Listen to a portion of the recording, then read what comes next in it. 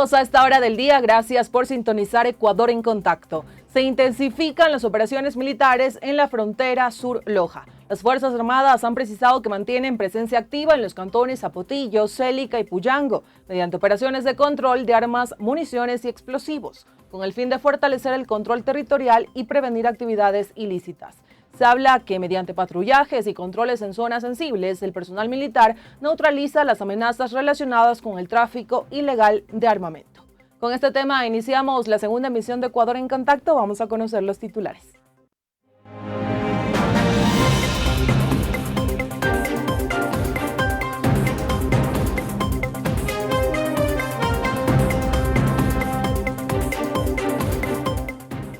Iniciativa que busca juzgar a menores como adultos podría ser tratada en 2 comisiones. Visa de tránsito en Ecuador genera reacciones en la Asamblea Nacional. Negocios de la economía popular y solidaria rechazan ley de gestión pública. Quédense junto a nosotros para hacer juntos este recorrido informativo.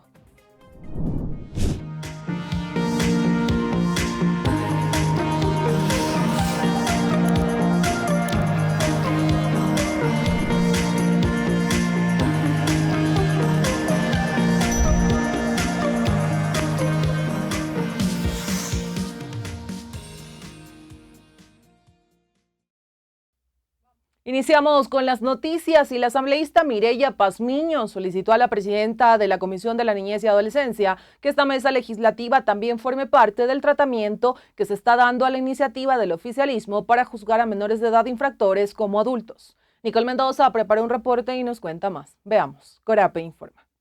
El país integra. La Comisión de la Niñez del Legislativo analizó las reformas pendientes al Código Orgánico de la Niñez y Adolescencia. Cada uno de los asambleístas dieron sus observaciones, como lo hizo la legisladora Mireya Pazmiño, quien señaló que durante esta sesión propuso a la presidenta de la mesa legislativa, Viviana Veloz, que la comisión se involucre en la propuesta del oficialismo que busca tratar los procesos penales de los menores de edad para que sean juzgados como adultos. Deberíamos acá como comisión, y es lo que le he pedido a la presidenta, llamar a especialistas, a técnicos, a la sociedad civil, a las organizaciones sociales para que podamos debatir sobre este tema y mandar una resolución y de igual manera pedir que se nos escuche como comisión en la Comisión de Desarrollo Económico. De igual forma, la legisladora tachó de fascista y desubicada esta propuesta del asambleísta Andrés Castillo, ya que se intenta incorporarla en la ley económica urgente para mejorar la gestión pública. En este caso, una ley de compras públicas se pretende incorporar artículos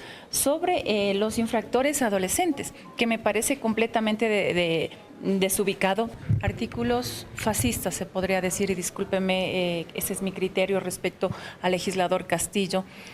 Proponer que se endurezca las leyes sobre infractores adolescentes. Y esto es un asunto que debe tratarse en la Comisión de la Niñez y Adolescencia. Paralelamente, Andrés Castillo presentó esta propuesta en la Comisión de Desarrollo Económico. Seguramente hablarán de los derechos humanos, seguramente hablarán de que aquí hay un retroceso en derechos, aquí seguramente se dirá de todo, pero aquí lo que nosotros estamos buscando, señorita Presidente, es avanzar en los derechos de las víctimas. Las demás observaciones que hemos hecho en torno al prevaricato, en torno al cambio de los procesos, al incremento de penas, guardan relación con la inimputabilidad de los menores de edad. Una vez realizado el pedido del asambleísta Castillo a la comisión para que incluya su propuesta al proyecto de ley de gestión pública, algunos asambleístas se pronunciaron en contra de este pedido, ya que consideran que no hay relación entre las reformas al Código Orgánico Integral Penal para condenar a menores como adultos con el contenido de la ley para mejorar la contratación pública. Reportó Nicole Mendoza, Corape informa.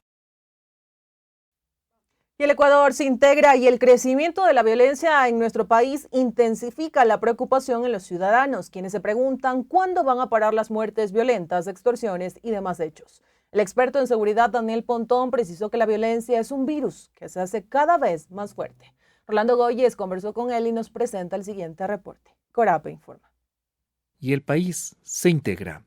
Para el experto en seguridad, Daniel Pontón, lo que pasa en el país a nivel de violencia no es más que el reflejo de que no existe política pública, y que eso se evidencia precisamente en que se busque con los estados de excepción y toques de queda justificar un conflicto armado interno. Para eso usted también tiene que tener un plan. Y el plan no solamente es sentarse a coordinar y tomar té, como dicen ellos, sino también todo lo que implica la modernización del sistema de justicia, ser más ágil, eficiente, capacitaciones, tecnificación, y eso cuesta. Entonces, eso por lo tanto, yo creo que este marco normativo que se está hablando genera, bueno, sí, una apuesta inicial, pero implica una serie de elementos, digamos, desafíos importantes en materia de política pública, que habrá que ver si se los cumple, porque también tienen erogaciones importantes que a veces el gobierno y otros gobiernos no han cumplido, ¿no? Precisa que si bien ahora el presidente Noboa tiene la ley de solidaridad nacional y de inteligencia para tratar de combatir al crimen organizado, esto no terminará con el problema de fondo, tal como es el anhelo de la población. La violencia es como un virus, ¿no? Hay gente que dice, bueno, lo que pasa es que se están desmantelando los cabecillas de las organizaciones y eso ha generado mayor disputas, erupciones entre las organizaciones criminales. Pero eso es una retórica que ya la conocemos, que por lo general siempre dice lo mismo. Pero yo lo veo que es un virus, ¿no? Que cada vez es un virus que se hace mucho más, se propaga mucho más en la población. Y por más que uno diga que solo esté concentrado en organizaciones criminales, no deja de ser un virus. Porque también, por un lado, no solo afecta a los criminales, también afecta a la población. Además que si el gobierno no planifica bien las estrategias para reducir los índices de violencia, se podría tener un panorama similar o peor a lo que pasa en México. Yo creo que si seguimos tal cual estamos, Ecuador va a tener episodios de violencia creciente por mucho tiempo, con ciertos años decrecientes y con tendencia a la normalización al alza. O sea, yo creo que podemos llegar nosotros en un futuro a tener tasas de violencia altas, pero estables. Entonces, y nos vamos a acostumbrar a vivir ese escenario, tipo México, tipo Colombia, tipo Venezuela, tipo Centroamérica, cuyos ya no se oye mucho de ellos en ese tiempo porque han normalizado, pero siempre están al alza, ¿no? 30, 35. Como conclusión puntualiza que las instituciones del Estado deben instalar mesas de trabajo y definir los sectores más vulnerables y de esa manera plantear estrategias efectivas para proteger a la población, ya que a diario muere gente inocente por un mal llamado ajuste de cuentas entre bandas criminales. Reportó para Ecuador en Contacto Rolando Goiz García. Corape informa. Y el Ecuador se integra, pasamos a otras noticias. Si la visa de tránsito es un permiso temporal que autoriza a un viajero a realizar escala en un país durante su trayecto hacia un tercer destino, no habilita la entrada al territorio nacional ni la permanencia fuera del área de conexión. Ecuador ha decidido exigir visas de tránsito a los ciudadanos de aquellos países que ya requerían cualquier otra visa para ingresar al territorio. ¿Qué opinan en la Asamblea Nacional? Veamos. Bueno, una de las cosas más importantes es que tenemos que normar quién entra a nuestro país. Sabemos todos que la condición de seguridad que estamos atravesando requiere que tomemos medidas firmes. Creo, y como en otros países, nosotros tenemos todo el derecho de proteger nuestra soberanía y cuidar quienes entran a nuestro país. Lo que el Ecuador está haciendo es tomar medidas que precautelan y que verifican qué personas entran a nuestro territorio. La ley de la solidaridad ya está aprobada, ya está vigente, ya está publicada. Y en esa ley obviamente se aprobó una reforma a la ley de movilidad vigente que dio paso a que haya este nuevo tipo de visa que es la visa de transeúnte. En función de eso ya la autoridad en materia de migración, que es la Cancillería, emitida a través del gobierno nacional, ya el listado de países iniciales donde se va a pedir este tipo de visas y obviamente eso está ya dentro del margen de la ley que está recientemente aprobada por la mayoría oficialista aquí en la Asamblea Nacional. ¿De alguna manera la lucha contra la inseguridad que está atravesando el país? ¿Será suficiente? Mire, la situación de nuestro país lastimosamente ha cambiado. Estamos, como ustedes saben, en la situación de inseguridad. Es una situación que amerita hacer todos los esfuerzos para proteger a nuestro país, a nuestros ciudadanos del tema de la inseguridad. Y en ese sentido es importante tomar ese tipo de medidas para evitar que el crimen organizado infiltre en nuestro país. Entonces, en ese sentido, con esta reunión aquí en la comisión donde se ha tomado ya en cuenta estos 90 días para volver a tratar la ley de movilidad, estos 8 proyectos para transformar la ley de movilidad, para reformar la ley de movilidad, nos va a dar el espacio para poder entregar de forma responsable una ley de movilidad que responda a las necesidades de nuestros migrantes primero, pero que también garantice la seguridad ciudadana. Amigos y amigas, y con este importante tema nos vamos de inmediato a nuestra primera pausa. Sigan en sintonía de Ecuador en Contacto, que tenemos más noticias para compartirles.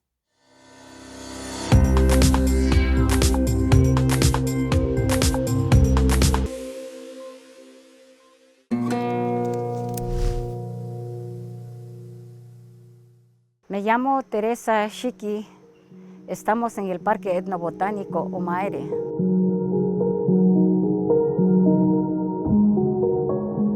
El Parque Etnobotánico Omaere es el parque de las etnias, de las culturas indígenas de aquí de la Amazonía, para poder compartir las experiencias y las prácticas de los conocimientos y saberes ancestrales de todos los pueblos y nacionalidades indígenas del Ecuador aquí en la Amazonía.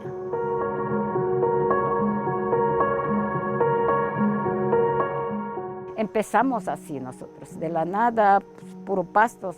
Tuvimos que trabajar muchos años y tuvimos que traer muchas plantas de otros lugares, de otros espacios que iban en los carreteros, y así andábamos buscando para poder nuevamente repoblar como un bosque primario.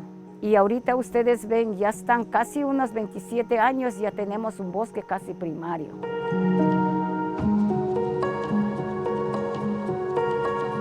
Entonces lo que hicimos es que yo fui una herbóloga, empecé a trabajar con plantas y todo, cultivar todas las plantas.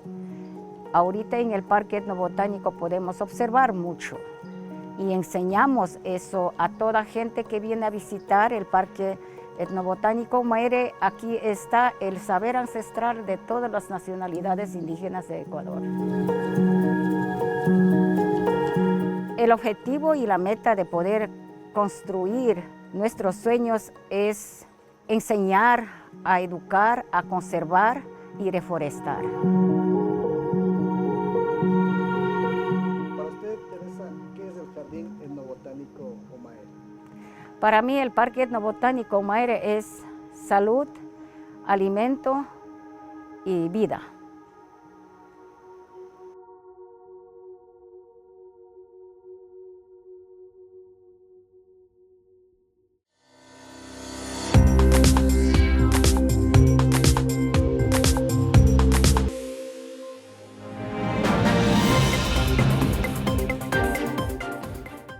Estamos de regreso, amigos y amigas, en Ecuador en Contacto, y contarles que cientos de personas de varias asociaciones de la economía popular y solidaria acudieron hasta la Asamblea Nacional para exigir que se deroguen o modifiquen algunos artículos de la Ley Económica Urgente para fortalecer la gestión pública, ya que estos afectan a sus negocios. Nicole Mendoza preparó un reporte con los detalles de este tema. Veamos, Corape informa.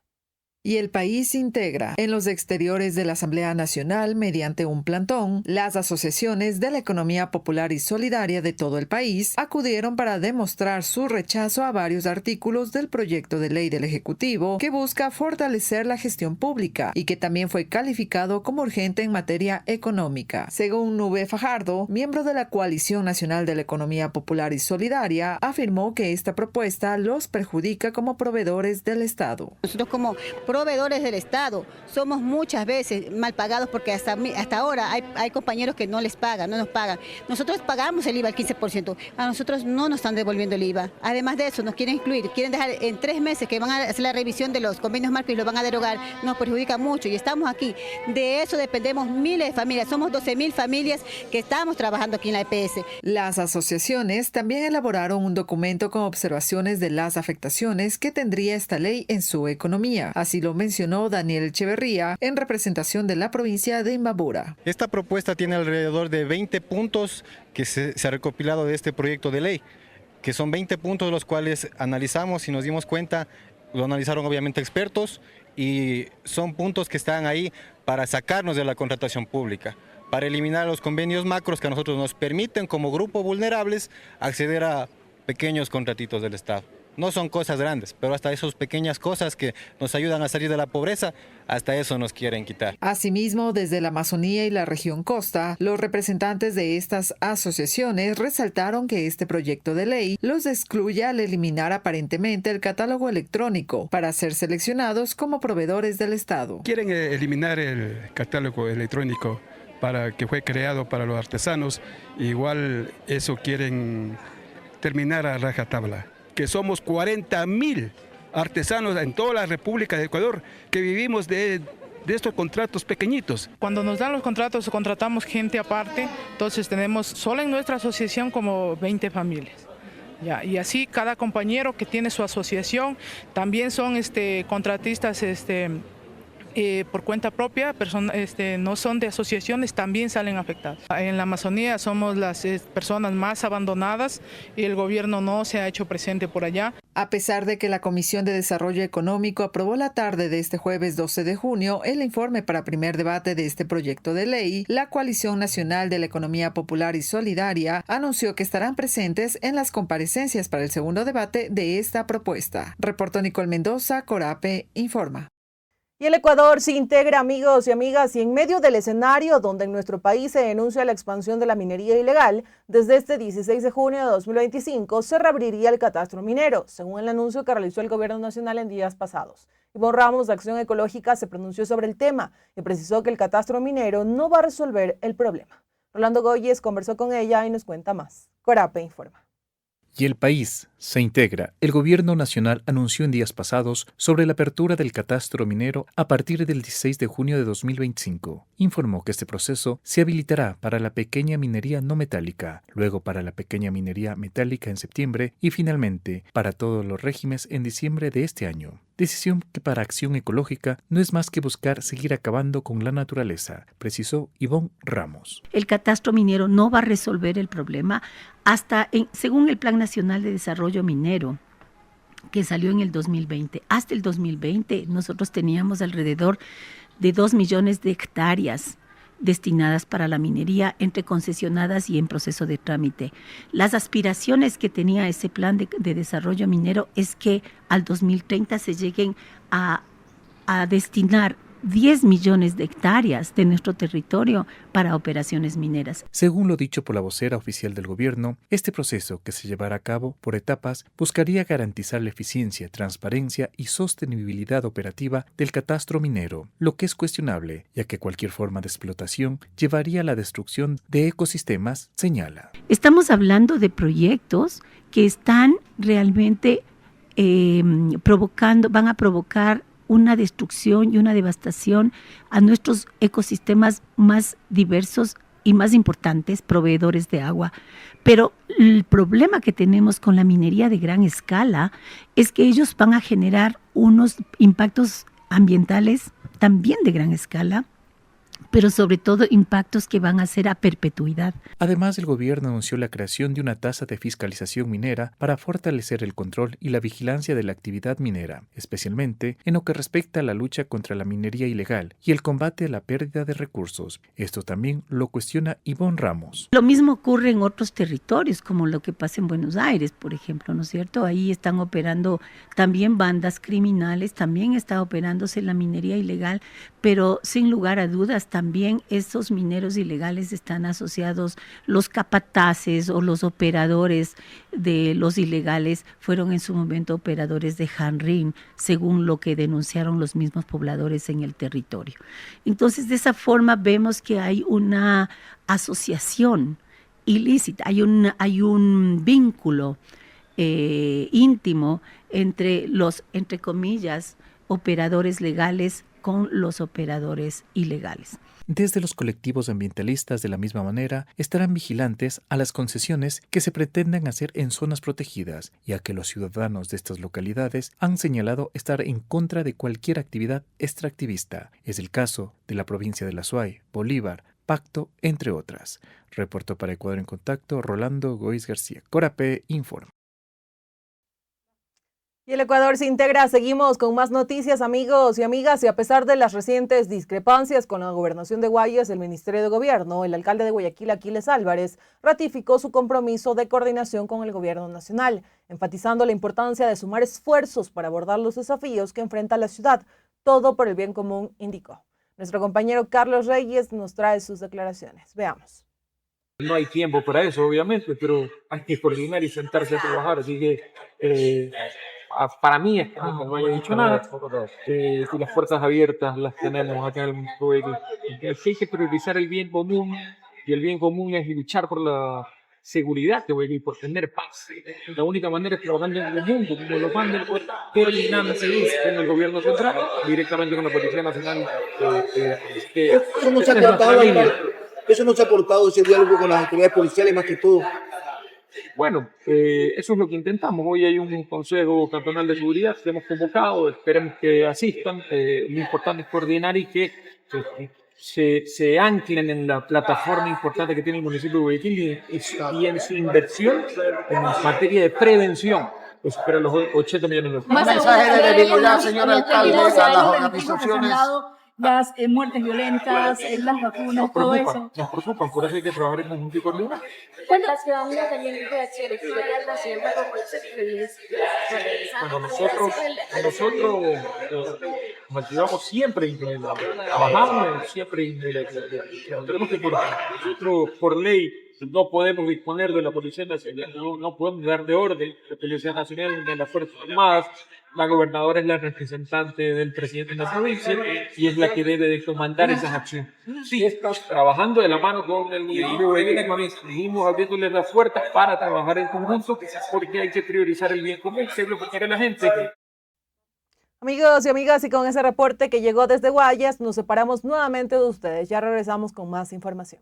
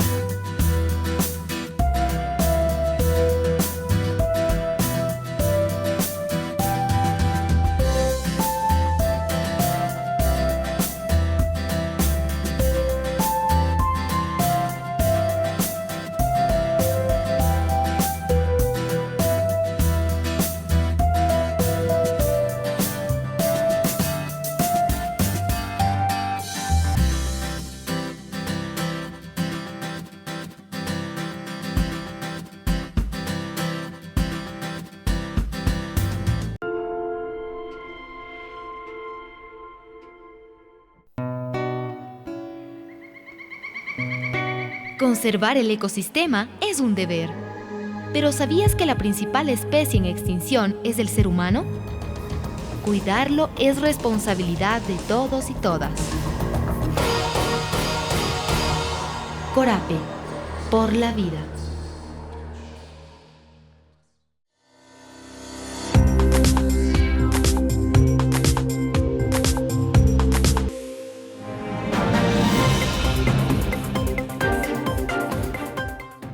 Estamos de regreso junto a ustedes, amigos y amigas. Gracias por mantenerse en sintonía. Y el presidente Daniel Noboa entregó $800,000 a 2 organizaciones de los pueblos nacionalidades indígenas, afroecuatorianas y montubias. Estas organizaciones son parte del proyecto Profecpian. Veamos las declaraciones de Noboa y de Ariana Burgos, directora del Instituto Nacional de Economía Popular y Solidaria. Esta iniciativa refleja nuestro compromiso con la equidad, la inclusión y la justicia social. En la Sierra Centro tenemos récord ventas en lo que vamos del año.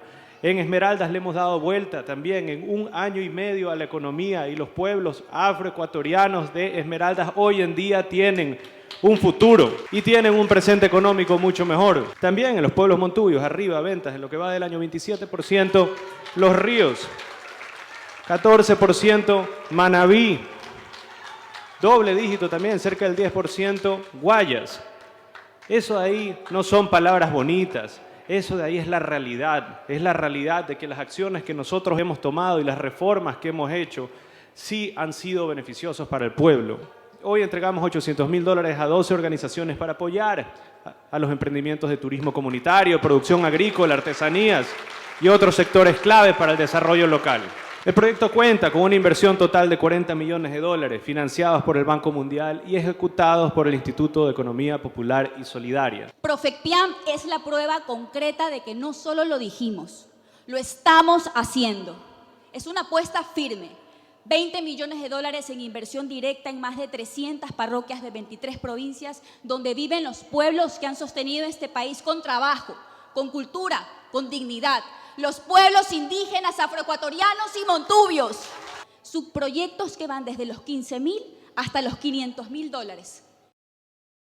Pasamos a otras noticias y las Fuerzas Armadas ejecutó operaciones militares de control de armas, municiones y explosivos al interior de los centros de privación de libertad número 1 y número 3 de Chimborazo. Durante esta intervención se decomisaron entre algunos objetos celulares, municiones, sustancias sujetas a fiscalización, armas cortopunzantes, dinero en efectivo, los cuales fueron entregados a las autoridades competentes. Recordarles, amigos y amigas, que durante esta semana son varias las intervenciones en los centros de privación de libertad de nuestro país, donde se han encontrado objetos que están prohibidos.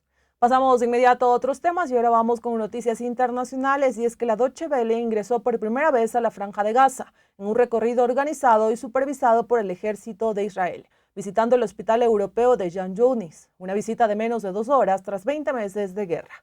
Veamos los detalles. Es un corto trayecto desde Israel hasta el interior de la franja, atravesando partes del corredor Morak recién construido en el sur del enclave. Entramos en el sur de Gaza, acompañando al ejército israelí. Nos dirigimos hacia Jan Yunis. Lo vemos en el camino. Es pura destrucción. Israel ha prohibido la entrada a Gaza a la prensa extranjera, impidiendo informar de manera independiente sobre el terreno. Son los periodistas palestinos quienes documentan el conflicto desde el interior de Gaza, arriesgando la vida bajo condiciones extremas. Los ingresos con el ejército están muy controlados. Son visitas cortas y las fuerzas israelíes deciden qué quieren mostrar a la prensa. Nos dirigimos al hospital europeo ubicado en las afueras de Jan Yunis. El ejército israelí tomó el control del complejo hospitalario que fue alcanzado por bombardeos en mayo. Los soldados nos llevan por un complejo de túneles subterráneos. Aseguran que era un centro de mando de Hamas y que allí encontraron el cuerpo de Mohamed Sinwar, ex líder de la milicia palestina. Hamas hace un uso cínico de los hospitales y usa a su propia gente como escudos humanos. Bajo el hospital, justo debajo de la sala de emergencias, encontramos varias cámaras. En una de ellas hallamos muerto a Mohamed Sinwar. Según el Ministerio de Salud gazatí, controlado por Hamas, al menos 16 personas murieron y decenas resultaron heridas en los bombardeos sobre la zona, dejando inoperativo uno de los hospitales más grandes del sur de Gaza. En esta visita no se nos permite hablar con residentes palestinos. Aquí hay un silencio escalofriante, interrumpido únicamente por ataques en la zona. No hay nadie aquí. Rige una llamada orden de evacuación, por lo que los habitantes han sido desplazados. El ejército nos permitió estar menos de 2 horas, un mínimo atisbo de Gaza tras 20 meses de guerra. Amigos y amigas, y con este tema nos estamos despidiendo de ustedes. Gracias por acompañarnos hasta el cierre de esta jornada informativa. Sigan en sintonía de cada uno de nuestros contenidos para estar al día de lo que ocurre en el país. Un abrazo fuerte.